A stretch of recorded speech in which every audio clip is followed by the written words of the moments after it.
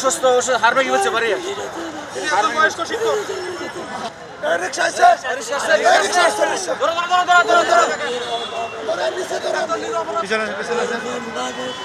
আমাদের লাঠিচার্জ করছে, আমাদেরকে ঠান্ডা পানি দিয়েছে, এরপর আমরা যাই না, এটাই আমাদেরকে শিক্ষকরা আহত হয়েছে, আমি পড়ে গেছি, আমার এই বাড়ি ঘর আমি পড়ে গেছি।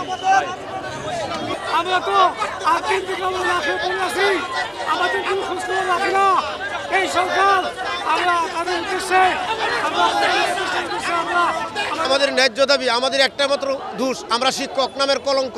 বিগত সরকারের আমলে আওয়ামী লীগ সরকার 26,000 প্রাথমিক বিদ্যালয় জাতীয়করণ করছে, কিন্তু আমাদের ইবতেদায়ী মাদ্রাসা ন্যূনতম কিছু দিতে পারে নাই।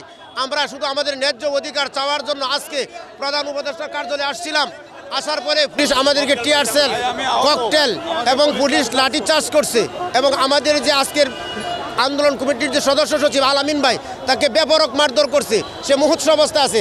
আমার আরও 3-4 বার হাসপাতালে ভর্তি আছে এবং তাদের পুলিশ বাহিনীর অত্যাচারে আমরা নিপীড়িত নির্যাতিত হয়ে গেছি। আজকে আমাদের ন্যায্য অধিকার চাইতে গিয়ে আমাদের প্রধান উপদেষ্টার কার্যালয়ে আমরা অভিমুখে যাচ্ছিলাম, সেখানে পুলিশ তো আমরা পুলিশের অনুমতি নিছি, তো পুলিশ তো আমাদের সেখানে বলতে পারতো যে আপনারা প্রতিনিধি 5 জন বা 6 জন আপনারা আসেন, সব আমরা আসেন না। পুলিশ আমাদেরকে অনুমতি দিছে, আমরা প্রধান উপদেষ্টার কার্যালয়ে যাব, সেখানে আমরা একটা স্মারকলিপি দিব 6 দফা দাবিতে, আমাদের বেতনের দাবিতে। কিন্তু আমরা মাঝপথে যখন আসছি, আমাদেরকে পুলিশ সামনে প্রেকাট পিছে প্রেকাট দিয়ে আমাদের উপরে গুল্লি করে, পাকা গুল্লি করে, জল কামান নিক্ষেপ করে, লাঠিচার্জ করে। আমার অবস্থা দেখেন, আমি অনেকগুলো বাড়ি গেছি, কিন্তু কেন পুলিশ তো এটা আমাদেরকে সেখানেই বাধা দিতে পারতো যে আপনারা সেখানে কি যাইতে পারবেন না। এক ভাই আমাদেরকে বলতেছে, এক পুলিশ কর্মকর্তা বলতেছে যে আমাদেরকে উপর থেকে বলা হয়েছে আজকে জাতি জানতে চাই উপরটা কে, আজকে শিক্ষকের গায়ে হাত দিবে অনুমতি উপর থেকে দিচ্ছে, সেই উপরের লোকটা কে আমরা তার দেখতে চাই। তার বিচার না হওয়া পর্যন্ত আমরা যত লাস্ট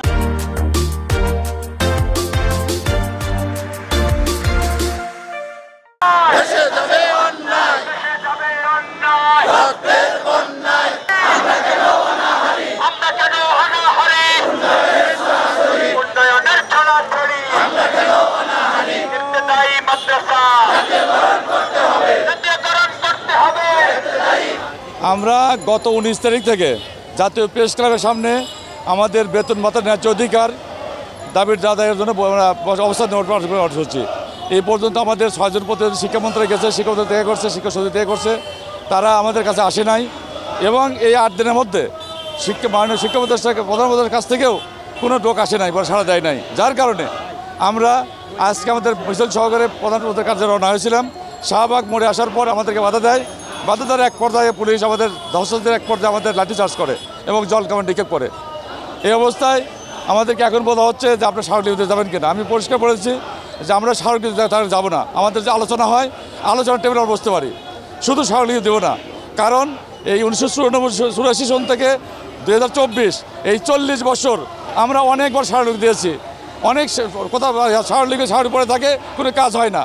আমাদের কথা হচ্ছে একমুখী বই আমরা পড়াই, প্রাথমিক বিদ্যালয়ের যে বই আমাদের সেই বই, একই ক্লাস একই সময়, ওরা পড়ায় 6টা বই, আমরা পড়াই 8টা বই।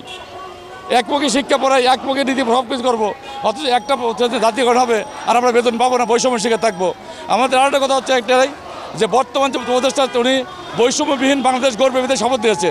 ছাত্র জনতা আন্দোলনের মানে বিপ্লবের একজন সরকার যিনি বৈষম্য নিরসন করবে, অথচ ইবতেদায়ী মাদ্রাসা আজকে 5 মাস 6 মাস হয়ে যায়, উনি বৈষম্য জিয়ে রাখতেছে, টিকে রাখতেছে। আমরা চাই এই বৈষম্য নিরসন হোক, আমাদের ইবতেদায়ী জাতীয়করণ করুক। না, এটা সম্পূর্ণ অসত্য কথা। আমি প্রথম থেকে প্রেস ক্লাবের সামনে তার সাথে একাধিকবার নেগোসিয়েশন করা হয়েছে। আমার জয়েন্ট কমিশনার স্যারও এসেছিলেন, তার সাথে কথা ছিল, তারা ওই দোয়েল চত্বর হয়ে এই পর্যন্ত তারা থাকবে, তাদের একদল প্রতিনিধি দল পাঠাবে, তারা প্রতিনিধি দল গিয়ে প্রধান উপদেষ্টা মহোদয়ের অফিসে কথা বলে তারপর তারা এইভাবে চলে যাবে। কিন্তু আপনারা নিজেরাই দেখছেন তারা কীভাবে এসে আমাদের ব্যারিকেড ছিল, আমাদের পুলিশ ফোর্স ছিল, ব্যারিকেড ভেঙে ধাক্কা থেকে দিয়ে অ্যাসল্ট করে তারা কিন্তু প্রায় 100 জন ওই পাশে চলে গিয়েছিল। তারপরে আমরা বাধ্য হয়ে তাদেরকে জনগণের যেন শান্তি শৃঙ্খলা বিঘ্নিত না হয় সেই কারণে আমরা পানি ছিটিয়েছি তাদের উপর। হতাহত কীরকম হয়েছে এটা কি জানতে? না, এখন পর্যন্ত কোনো হতাহত হয়নি।